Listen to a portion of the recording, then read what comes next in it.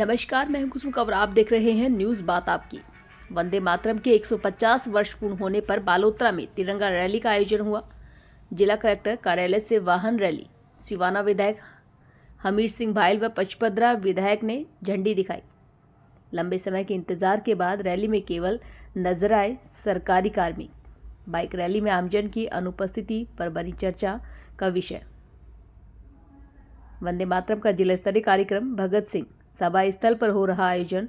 Cabinet मंत्री जोराराम कुमार, विधायक अरुण चौधरी, विधायक हमीर सिंह भायल, अतिरिक्त जिला कलेक्टर भुवनेश्वर सिंह चौहान सहित अनेकों अधिकारी मौजूद रहे। Bureau report Lalaram Prajapat. आज का कार्यक्रम ज्वाइन करके और हमें बहुत अच्छा लगा। इधर हमें मौका मिला डांस करने का, प्रोग्राम करने का मंत्री जी के सामने, और हम बहुत खुश हैं। वंदे मातरम के इस बड़े प्रोग्राम में हमें इधर मौका मिला है प्रोग्राम करने का। प्रोग्राम अलग चीज़ है, लेकिन वंदे मातरम से क्या सीखा है? कौन से स्कूल से? आज जो वंदे मातरम राष्ट्रगीत है पूरा 150 साल का हो गया है, पूरे देश में इसको लेकर आयोजन हो रहा है। क्या सोचते हैं इस गीत को लेकर, कितना यूनिटी के लिए ये प्रभावी है? क्या सोचते हैं आप लोग इसको? ये हमारे देश के लिए है और ये हमें ये सिखाता है कि हम एक और नहीं। चूँकि हमारा राष्ट्रगीत जनगणमन है, लेकिन एक राष्ट्रगीत भी है जैसे वंदे मातरम है। आप लोगों को कंटेस्ट याद है? उसमें कुछ क्या पार्टिसिपेट कुछ लाइन याद है?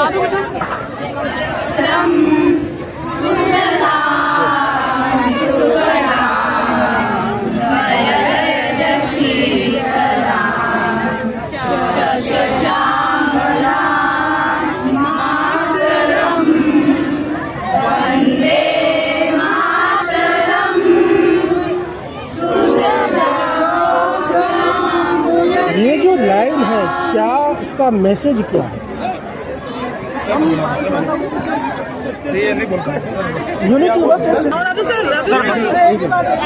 वंदे मातरम आज 150 वर्ष पूर्ण हुए।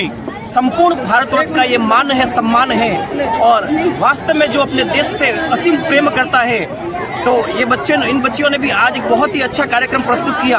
और इनका एक ही कहना है कि जिंदगी का अंजाम है मौत, जिंदगी का अंजाम है मौत, व मरने के कई है रास्ते, और मरकर भी जिंदा रहना है तो मरो इस वतन के वास्ते, क्योंकि ये भारतवर्ष है और इसका मान सम्मान हमारा वंदे मातरम के शोभित है सर्वोच्च मुकुट से, जिसके दिव्य देश का मस्तक, और गूंज रही है सकल दिशाएं जिनके जय गीतों से अब तक। यही हमारा मान है, यही हमारा सम्मान है। भारत माता की। 150 साल का हो गया वंदे मातरम। कितना महत्व है इंडिया में या भारतवर्ष में वंदे मातरम को लेकर, और आज जो आयोजन है उसके बारे में? सब यूँ समझ सकते हैं कि सबसे पुराना अपना एक राष्ट्र का जो प्रतीक है, गीत है। मैं समझता हूँ कि घर में जो बुजुर्गों का मान है, वही आज हम समझ सकते हैं। 150 वर्ष इस गान को पूरे हुए हैं, गीत को पूरे हुए हैं, तो मैं समझता हूँ उतना ही मान उसका है हमारे लिए। जो बुजुर्गों का आदर होना चाहिए, वैसा इस गीत का हमेशा आदर होना चाहिए, सम्मान के साथ गाया जाना चाहिए। वंदे आज बालोतरा की इस पवित्र धरती पर राष्ट्रगीत वंदे मातरम के 150 पूरे होने के इस मनाए जा रहे वर्षगांठ के कार्यक्रम में हमारे बीच में मंच पर विराजमान सिवाना के लोकप्रिय विधायक, विधानसभा में मेरे साथी सम्मानीय हमीर सिंह जी भायल साहब, बालोतरा के लोकप्रिय विधायक और विधानसभा में मेरे साथी सम्मानीय, पूरे देश भर में 150वीं वर्षगांठ मनाई जा रही है। निश्चित रूप से ये जो वंदे मातरम गीत है अभी आप सब ने गाया, ये एक राष्ट्र वंदना है। ये हमारी भारत भूमि की पूजा का गीत है, ये माँ भारती की वंदना का गीत है। और निश्चित रूप से हम एक राष्ट्रगान और एक गीत, राष्ट्रगान जनगण मन गाते हैं इस देश की वंदना करने का, और ये राष्ट्रगीत जो हम भारत भूमि के वंदना के लिए राष्ट्रगीत वंदे मातरम गाते हैं। ये राष्ट्रगीत अभी आपके सामने बताया गया कि 1982 में राष्ट्रगीत लिखा, 1857 में आजादी के लिए क्रांति हुई और लंबे समय से हमारा देश अंग्रेजों के अधीन में रहा। अंग्रेजों ने इस देश को खूब लूटा, यहाँ की सांस्कृतिक धरोहर को भी खूब लूटा, हमारी ऐतिहासिक धरोहरों को भी उन्होंने खूब लूटा, नुकसान पहुंचाया, सनातन संस्कृति को भी नुकसान पहुंचाया। इस बात को लेकर के जैसे हमारे देश के महापुरुषों ने हमारे जो 150 के तहत पूरे देश में कार्यक्रम आयोजन हो रहे हैं, बालूका में भी कार्यक्रम आयोजन हुआ है। क्या कार्यक्रम का विशेष और क्या संदेश दिया गया है इसके? पूरे देश में वंदे मातरम की 150वीं जयंती को वर्षगांठ के रूप में मनाया जा रहा है। हमारे देश के लोकप्रिय प्रधानमंत्री माननीय नरेंद्र मोदी जी, राजस्थान के लोकप्रिय मुख्यमंत्री माननीय भजनलाल जी ने इसे समारोह के रूप में पूरे राजस्थान में मनाने का निर्णय लिया, पूरे देश में मनाने का निर्णय लिया।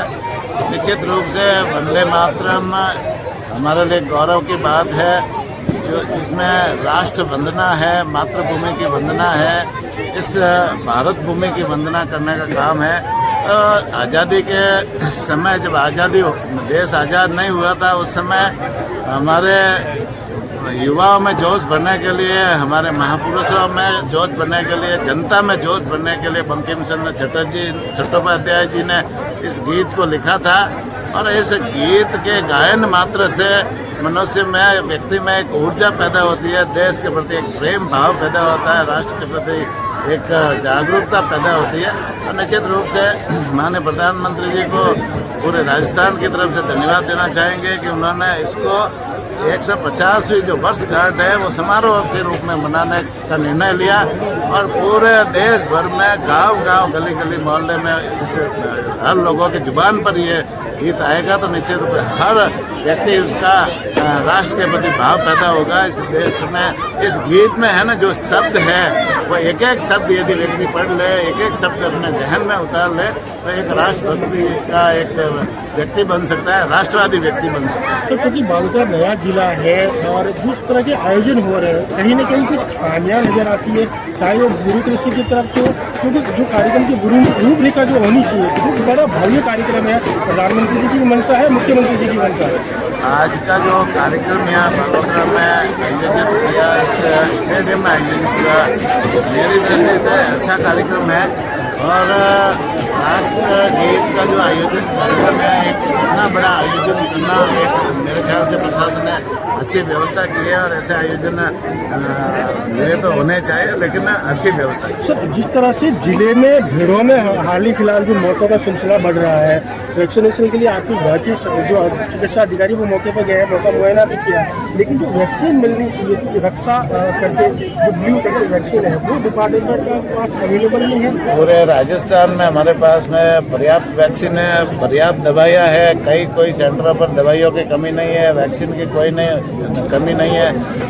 जब भी है ना कोई बीमारियाँ, मौसमी बीमारियाँ आती है, अभी लंपी आई थी तो लंपी से 6 महीने पहले ही हमने 1,08,00,000 के वैक्सीनेशन गायों में करा लिए थे, जिससे लंपी बेअसर रही और उस कारण से लंपी से कोई मौत नहीं हुई। अभी भेड़ों और ये बकरियों में बीमारी आई है तो उसका भी हमने वैक्सीनेशन पहले ही करा लिया था और उसके कारण से अभी थोड़ी बहुत मौत हुई है, लेकिन हमको जैसे जैसे सूचना मिली हमने अधिकारियों को, हाँ वैक्सीन भी है और वो वैक्सीन अभी जैसे उसके वैक्सीन लगाने से उनकी मौत हो जाती है, उसको दवाइयों से ठीक किया जाता है।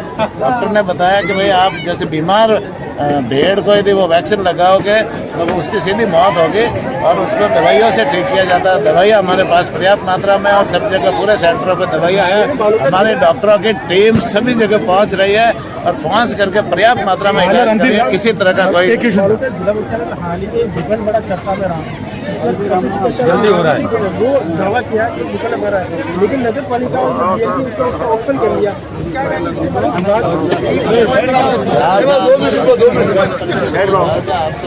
आवश्यकता के अनुसार अपना निर्णय लेगी।